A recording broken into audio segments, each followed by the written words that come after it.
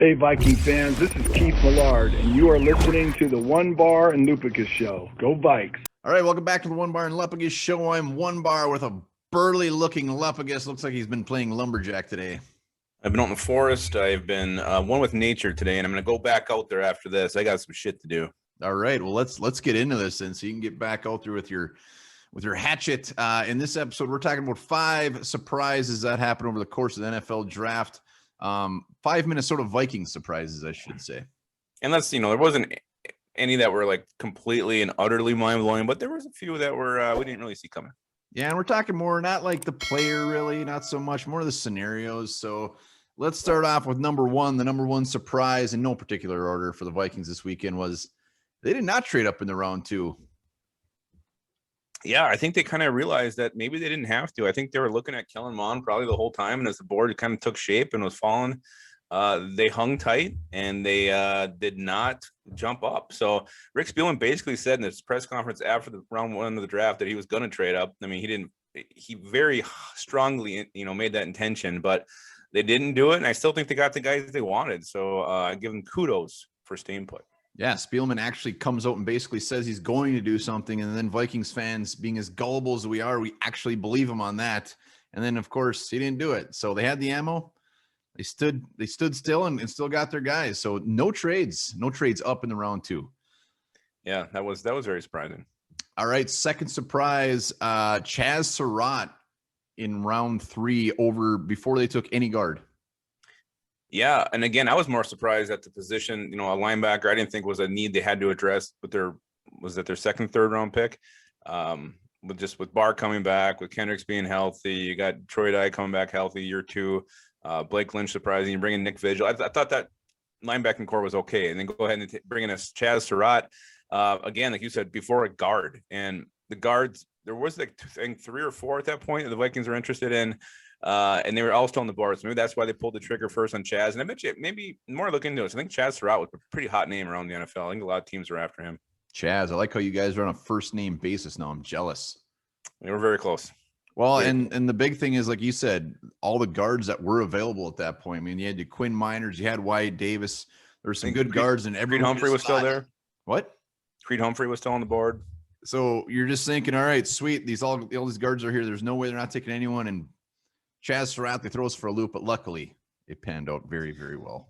Yeah, Spielman, he gambled a little bit, and I think every time I think it paid off.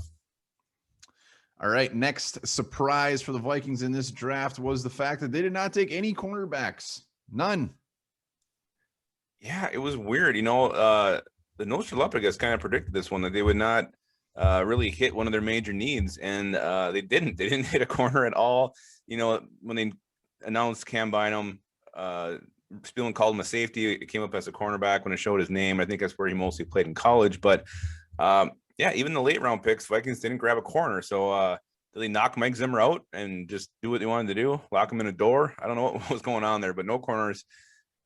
I can't think the last time the Vikings didn't actually draft a cornerback. Yeah, and we're counting Bynum as a safety strictly because Spielman said safety. We know he played corner, but appears they want him at safety. So yeah, they must have just put Zimmer out in the shed and locked him in there and made some picks. Yeah. Because that was not expected. Well, and there were still some good safeties. I mean, well in around 7s or corners. So I guess they feel pretty good about that position. And maybe it tells you that they have maybe more than 1-year plans for Patrick Peterson and Mackenzie Alexander. Wow. All right, surprise number 4 for the Vikings was the fact that they actually took Kellen Mond. We knew that they were sniffing around quarterbacks. We knew Kellen Mond was a guy they were looking at. But every year you kind of think the Vikings are probably going to take the quarterback, and they never do. So the fact that they actually did, I still consider a huge surprise, even though they were linked to him.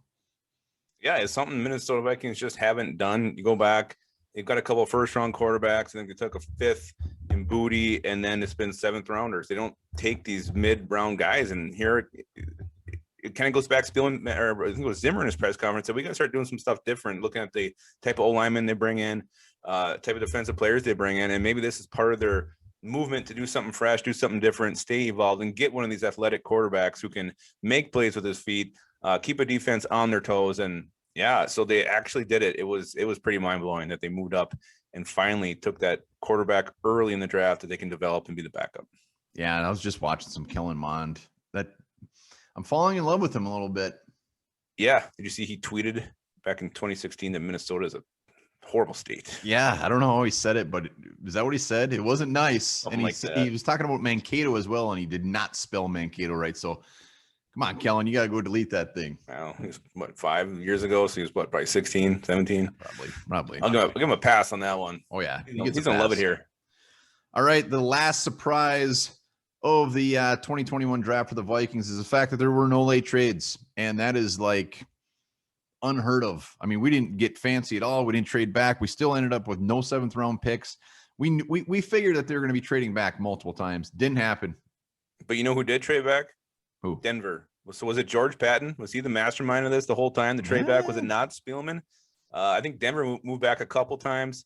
So maybe this was always his thing, getting those 7th round picks. That's what we got to do. And maybe Spielman finally, without Patton breathing out his neck, did his own thing. But yeah, I mean, I think we all expected Spielman to move down at least once, get some 7th round picks, but they didn't happen. And I think that's why they kind of just took the guys that they took, and regardless of where they were ranked on anybody else's board or the national boards or in draft simulators, they didn't give a shit. They took what they wanted, where they wanted, and didn't have to move down at all. Yeah, they moved back in round 1. They got those extra thirds, so maybe that just wetted their appetite enough. So it was kind of refreshing, really, to not see that Viking helmet change so many damn times in the later rounds. Well, it's frustrating when there's a couple of guys. I mean, could you imagine Wyatt Davis being on the board and Quinn Miners, and we keep trading back, and that helmet keeps changing every time you get close, and there's still that sounds like a Blake Cashman scenario, and I don't like that. Yeah, we don't need it. We don't need to revisit that one again. So again, kudos to Spielman for sticking around and just going with his picks. Yes, those are our 5 Viking surprises. If you have any surprises, lay them out down in the comments. Would love to see them. And remember, subscribe, like the video. We're almost at 3,000 subscribers, baby. Ooh, 3K, baby. So excited. All right. We'll be we'll be hitting up these prospects throughout the week, talking more about the draft. But until we get to that, remember this. In 2015, a man in Israel robbed 2 banks on the same day, armed with an avocado that he was pretending was a grenade.